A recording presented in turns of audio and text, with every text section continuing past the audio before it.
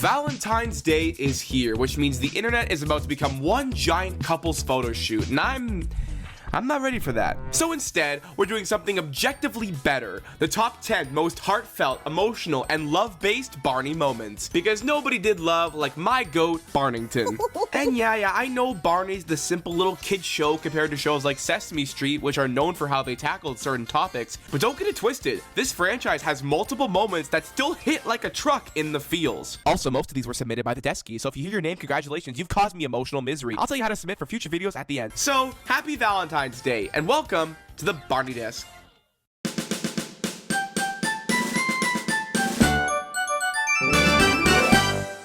Kicking us off at number 10, we got Baby Bop and Nelly from Let's Go to the Zoo. This one is so simple, but it's very sweet. All of the dinosaurs are hanging out in a zoo, and Baby Bop has this plush elephant named Nelly, and she thinks in her head that Nelly should go back to the zoo where the real elephants are, because she thinks that she's reuniting an animal with its family. So she asks Barney if they can take Nelly to live with the elephants so she can be with her family, quote unquote. Barney actually gently flips the whole thing on its head, because he tells Baby Bop that Nelly wants to stay with her because she is the one who's loved and cared for the stuffed animal. And like, that's why it works. It's presented so simply and as a footnote of the video, but it's perfect. It's not about the elephant, it's about Baby Bop's insanely pure heart and the way she thinks love means doing what's best for someone, even if it means letting them go. And look, I'm not the president of the Baby Bop fan club, but I can't deny how special this scene is. Coming in at number 9 is Baby Bop's Lullaby from Trading Places. This is one of the show's best episodes and a really solid exploration of the sibling dynamic. BJ and Baby Bop get jealous of each other's lives and decide to trade places. BJ wants Baby Bop's life because it seems easier with fewer responsibilities, and Baby Bop wants BJ's life because she wants to be all grown up with the freedom to do more and be taken more seriously. And like, guys, listen here, this episode is very funny. They're doing impressions of each other the whole time, and then BJ gets forced to wear a dress and he's not happy about it. Also, Baby Bop wears BJ's hat in this episode. Oh, it's so cute. But anyway, their little bet has consequences. BJ gets hit with the loophole he didn't think about, which is nap time. BJ's an impatient fella, he don't got time to nap. So Baby Bop and all the other kids start singing this song, it's a lullaby called All the Pretty Little Ponies, to him like he's a baby. BJ tapping the table all impatient is so funny, bro. It makes you remember he's also just a kid. Then Baby Bop starts to fall asleep during the lullaby that she is singing. So Barney finishes the song, and BJ, without making a big deal out of it, puts her blankie back on her while she sleeps. And like, dude, that's so sweet. Baby Bop genuinely tries to take care of BJ the way he usually takes care of her, and then when it doesn't work, BJ returns the favor at the end. It's very wholesome and a proof of real sibling love. I'm being so nice to Baby Bop today. What's wrong with me? Coming in at number 8, You Can Count on Me from the one and only You. The kids just finished making gifts for Kim's new baby brother, and Kim is glowing about how lucky she feels to get this new family member. But then there's this other kid, Kristen, who's consistently like getting more uncomfortable. Now, a little backstory, Kristen is an only child living with her mom and grandmother, so I'm sure you can see where this is going. The discomfort builds until she finally admits she wishes she had a brother or sister, a quote-unquote normal family. And what I love is the show doesn't rush past it or force her to be upbeat, unlike what people who haven't actually seen the show will insist it does. Barney sits with it for a minute. He comforts her, and he reminds her what she does have: her mother, her grandmother, and of course, him. This then flows into the song You Can Count on Me, which is basically a promise that he'll always be there when she's down. It validates that missing piece, which is the sibling dynamic that she wants without making her feel guilty for wanting it. But it also pivots her towards gratitude for what she does have: a loving parent, a grandparent, and friends who care about her. It shows that family isn't just what you're born into, it's also who stays with you, who fills those gaps. And so for that, it earns its spot at number 8. Next up in number 7 is For What from Let's Make Music. In this video, this kid named Melanie dreams of playing violin at the fair, but after fumbling her solo and letting her nerves win all day, she finally gives up. She slips away and sings this ballad called Why Can't I on the carousel. And I gotta say, this is a surprisingly sad moment for this franchise. You can tell the stage fright has completely taken over her. Then Barney finally finds her and comes over to talk to her, and Melanie apologizes, to which Barney immediately asks the most important question possible. For what, Melanie? Dude, this is so well written. He doesn't even let the shame settle in her. Melanie admits she feels like she let everybody down, but Barney shuts that down right away. He reminds her they didn't come to the fair to be perfect, they came just to have fun and do fun things. And instead of forcing her back on stage or giving some sort of push through your fear speech, Barney and the dinosaurs pull her into the dunk tank and kick off the Laugh With Me segment. Suddenly, she's laughing and singing and getting dunked and actually enjoying the day again. That's a good thing, by the way. She's happy to be getting dunked. She wanted to. Anyway, that's why this moment stands out to me. Barney doesn't accept Melanie defining herself as a failure. He validates how she feels without pressuring her, and he prioritizes her happiness over getting the performance done.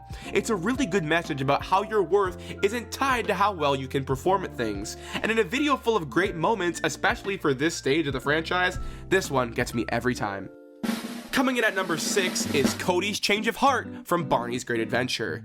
This one hails from Barney's only feature film, and yeah, it's probably the moment you were thinking of.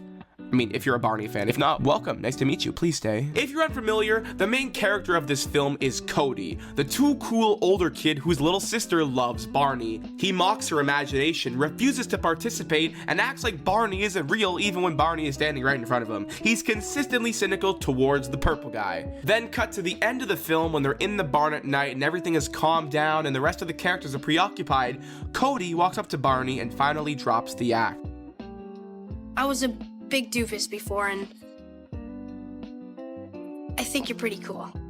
Now, you'd probably think Barney would overreact to this and come up with some big, oh my goodness, or something, but no, he actually very adorably matches Cody's nonchalance. I think you're pretty cool too. That's so cool. Like, it shows that Barney can speak to him even though he's an older kid and he's not as, wide-eyed as the younger kids. Oh, dude. This whole scene hits because it's earned. Cody is basically a walking metaphor for the people who clowned on Barney back in the day. Those who adopted cynicism as a personality. And basically his arc is realizing you can't build your whole identity out of being above everything. And this is such a good message, not only for kids, but for everybody else too. Don't write people or things off just to look cool. If you actually give someone a chance or let yourself enjoy something without acting embarrassed, you may end up with a real connection you might have missed. The hug right there is all the proof you need. Alright, now Valentine's Day rules dictate if you're receiving love, you gotta send some back. So if this video's got you feeling even a little bit nostalgic, you should subscribe. That's your one-click love letter to me and the Deskies, because they need something too. We make videos about the surprisingly interesting history and cultural chaos surrounding the Barney brand. So if you think you might find that interesting, click that little button. I hope you clicked the button and you clicked it. Okay, back to the video. Number 5 is the adoption story from A Welcome Home.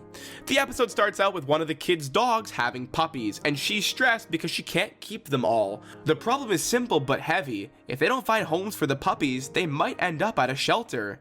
And the episode mirrors that concept with a human parallel when one of the kids, Julie, reveals she was adopted. For 1995 TV, that's a pretty significant moment. Being adopted isn't treated like a sad secret or less than family. It's presented plainly as a real beautiful way that a family can happen. Then later, Julie breaks away from the group with one of the puppies and just sits with him in her lap. And then she sings this beautiful song called Someone to Love You Forever. Like she's making a promise to this dog that he's gonna be okay and that someone is going to choose him and he's going to be loved forever. It's a tender, quiet scene that sells the whole theme without preaching it. It validates chosen families in the simplest way possible. Being loved, being kept, and being somebody's home. Then, at the end of the episode, Julie adopts the puppy. Dude, that's like the emotional breaking point on the Hoover Dam. Barney doesn't do much in this one, but this moment still hits just as hard all these years later. Coming in at number 4, Barney tucks Hannah in from Night Before Christmas.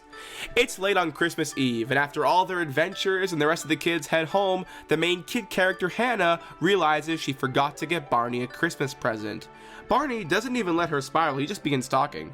Oh, you already gave me the best gift I could ever ask for. I got to share the day with people I love. They then sing this quiet lullaby-style duet version of I Love You. And unlike the usual big group circle version, this one is just Barney and this one child. It feels way more personal, like an actual bedtime song. And it's nice to see them do this because I'm sure a lot of real families back then used the song that way. I know mine did. As the song winds down, Hannah falls asleep on the couch while Barney sings the second verse by himself. He tucks her in with a blanket, leans in, whispers Merry Christmas, and then quietly leaves, and off screen, he turns back into a doll. I have watched this scene plenty of times before, and I cannot get past it without tearing up like a baby. Obviously, the song is a beautiful rendition, and the scene is so cozy, but to me, the reason it's so heartfelt is what it's actually doing. It strips the commercial part of the holiday right away. Hannah thinks she failed because she didn't have a present, and Barney replaces that anxiety with something warmer, that her time mattered more than any object ever could, effectively saying that love is stronger than anything you can buy. Man, this is like the least ironic I've ever been in a video. And people say I take nothing serious. Taking home the bronze at number 3 is Riff's gift from Caring. This should not be a surprise, you knew this was going to be here. During Barney's birthday party, Riff watches everyone hand over cool store-bought gifts, and he starts to feel self-conscious because his gift is homemade. And in his head, he now thinks that means it's embarrassing.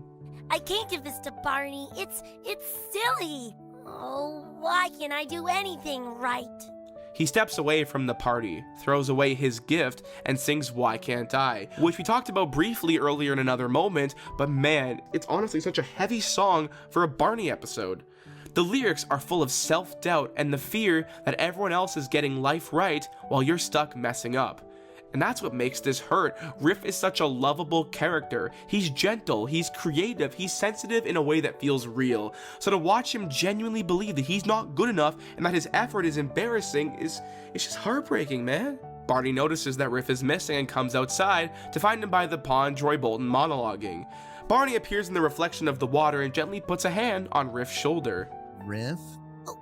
Oh, hey, Barney. What are you doing out here? Dude, I think Riff was crying and went to wipe his eyes. You can hear it in his voice. Oh. Barney doesn't ask about the gift or say, let's go see what you made. He says the party was missing Riff. Not the present, but him.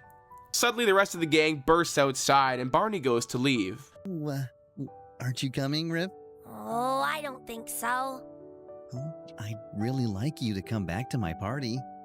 Won't you please join us? Well, okay. Okay, great. Yep, here we go. When they get back, the gift gets found anyway, despite Riff's protests, and we get the reveal that it was a handmade music box that plays Happy Birthday. Riff tries to downplay it as not being special and only a box, but Barney shuts that down, telling him because he made it himself, that's what makes it special. And then later, Riff asks again if Barney really liked his gift, because insecurity doesn't disappear in just one conversation, and Barney says, "The best gift doesn't come from a store.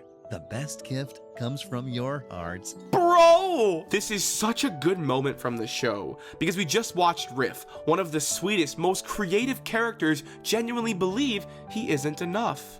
And then get reminded that he is because of who he is. Man, I love Riff. Riff. Taking home the silver at number 2 is Someone to Love You Forever from Barney's Birthday Bash. So if you're unaware, Barney's Birthday Bash is the last final concert tour that the Barney franchise ever had. This tour also ended up being one of the final projects for Dean Wendt, Julie Johnson, Patty Wirtz, and Michaela Dietz, the voices of the Dinos respectively.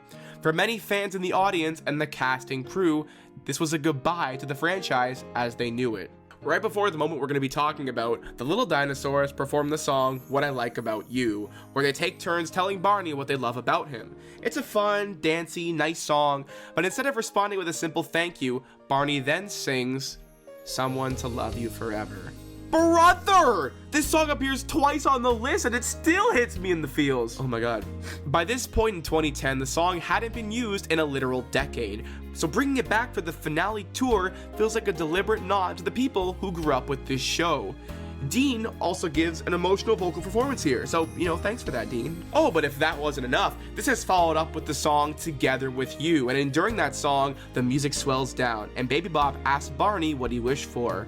Barney pauses, and then kind of breaks the fourth wall.